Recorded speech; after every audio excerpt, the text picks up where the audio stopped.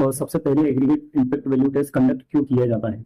To determine the aggregate impact value of coarse aggregate, यानी कि coarse aggregate की aggregate impact value निकालने के लिए ये टेस्ट किया जाता है। ठीक है, अब देखिए एग्रीगेट इम्पैक्ट वैल्यू होती क्या है।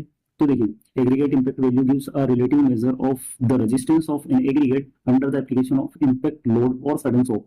यानी कि एग्रीगेट इम्पैक्ट वैल्यू का मतलब ये होता है कि कोई एग्रीगेट इम्पैक्ट लोड यानी कि सडनली अप्लाइड लोड के अगेंस्ट में कितना रेजिस्टेंस ऑफर कर रहा है। ठीक है, और देखिए रेजिस्टेंस अगेंस्ट इम्पैक्ट लोड क्या कहलाता है? टफनेस।